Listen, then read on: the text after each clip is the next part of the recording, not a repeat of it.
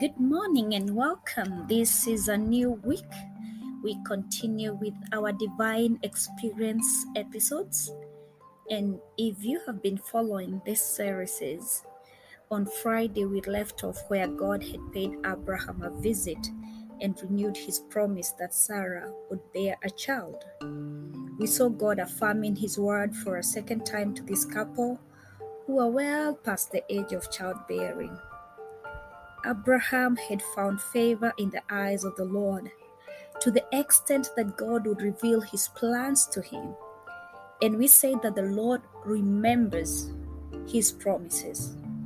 So today, being a new week, we are going to continue with that story from where we left off as the men turned and headed towards Sodom. So our reading today is from Genesis 18:23 up to 33. The Bible tells us that Abraham came near and said, "Would you also destroy the righteous with the wicked? Suppose there were 50 righteous within the city.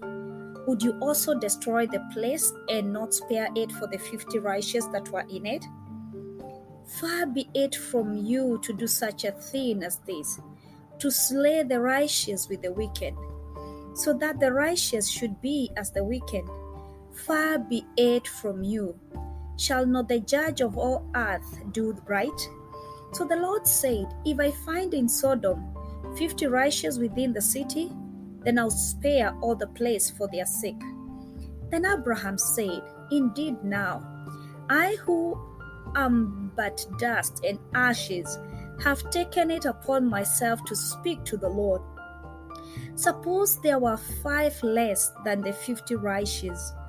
Would you destroy all of the city for lack of 5? So he said, "If there be 45, I will not destroy it." And he spoke to him yet again and said, "Suppose there should be 40 found there." So he said, "I will not do it for the sake of 40. Then he said, "Let not the Lord be angry, and I will speak. Suppose 30 should be found there." So he said, "I will not do it if I find 30 there." And he said, "Indeed now I have taken it upon myself to speak to the Lord. Suppose 20 should be found there." So he said, "I will not destroy it for the sake of 20. Then he said, "Let not the Lord be angry. I will speak but once more. Suppose 10 should be found there." And he said, "I will not destroy it for the sake of 10. So the Lord went his way as soon as he had finished speaking with Abraham, and Abraham returned to his place. We call what we've just read an intercession. It came from Abraham following the statement of the Lord that he had issued regarding the certain destruction of the cities of Sodom and Gomorrah. I believe Abraham certainly knew the wickedness that was going on in those cities. The reputation of their behavior had to have spread far and wide. But notice the generous instincts of Abraham's nature. Notice the readiness in which he offered this prayer on behalf of the dwellers of the cities. He prayed so earnestly. He offered such a solemn prayer for a city that was obviously sinking in immorality. As I read this, I can't but feel that it was the readiness with which the Lord answered Abraham that encouraged him to continue bargaining with the Lord, to continue praying that the cities be spared if only a few righteous people would be found in them. He asked the Lord, "Suppose you find 50, suppose you find 45, suppose you find 40. And the Lord continues to tell him, "If I find that number, I will spare the city." You see, Abraham was doing what we all do when we find ourselves in difficult situation. We ask the Lord, "What will it take for you to end this pain? What must we do to be saved? Where is your mercy when you judge us?" But the Lord had paid Abraham this visit. He had made time for him. He had initiated this relationship. He had laid the ground for this bargain. And as Abraham was negotiating with the Lord for the sake of Sodom and Gomorrah, he got to experience how far the boundaries of God's mercy span. I don't know if you notice the persistence and the bold humility in this intercession. You see, while Abraham did not demand that God explain himself and his actions to him, he did not give up his negotiation.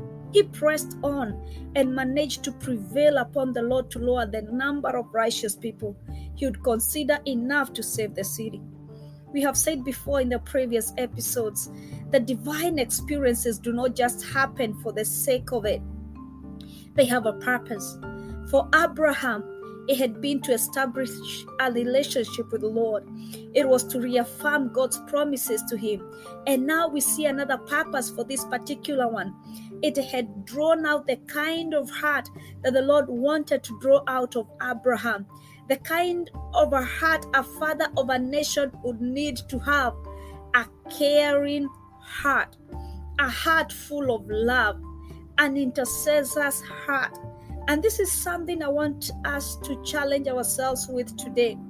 When you go through those unique experiences, be they good or bad, try and ask yourself, what's their purpose? What could be the Lord be trying to teach you? What could be the Lord trying to draw out of you? The Bible says in John 15:15, "No longer do I call you servants, for a servant does not understand what his master is doing, but I have called you friends, because everything I have learned from my Father, I have made known to you." Nothing the Lord does is without purpose. And by the end of this reading, we see why Abraham is referred to as a friend of God. This visitation has seen the reaffirmation of promises. We see the Lord letting Abraham into his counsel.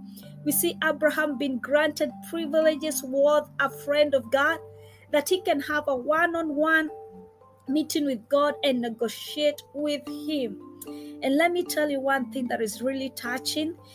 In Genesis 19 verse 29, the Bible says, "And it came to pass, when God destroyed the cities of the plain, that God remembered Abraham and sent Lot out of the midst of the overthrow, when he overthrew the cities in which Lot had dwelt." You see, God saved Lot and his daughters because he remembered Abraham. We said yesterday that the Lord remembers, and this would serve as evidence. It would serve as a reminder to Abraham that the Lord will keep his promises and prove that God would work out all things for good in ways that Abraham would not have imagined. And I pray that we may show this earnest readiness to draw near the Lord even when things seem to be going wrong.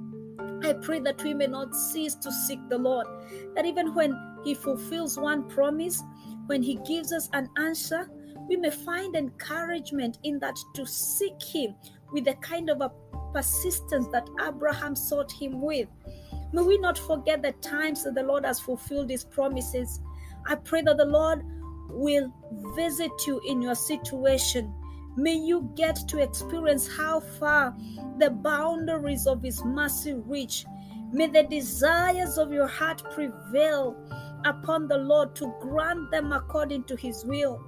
May your eyes be open to the divine purpose of whatever you're going through.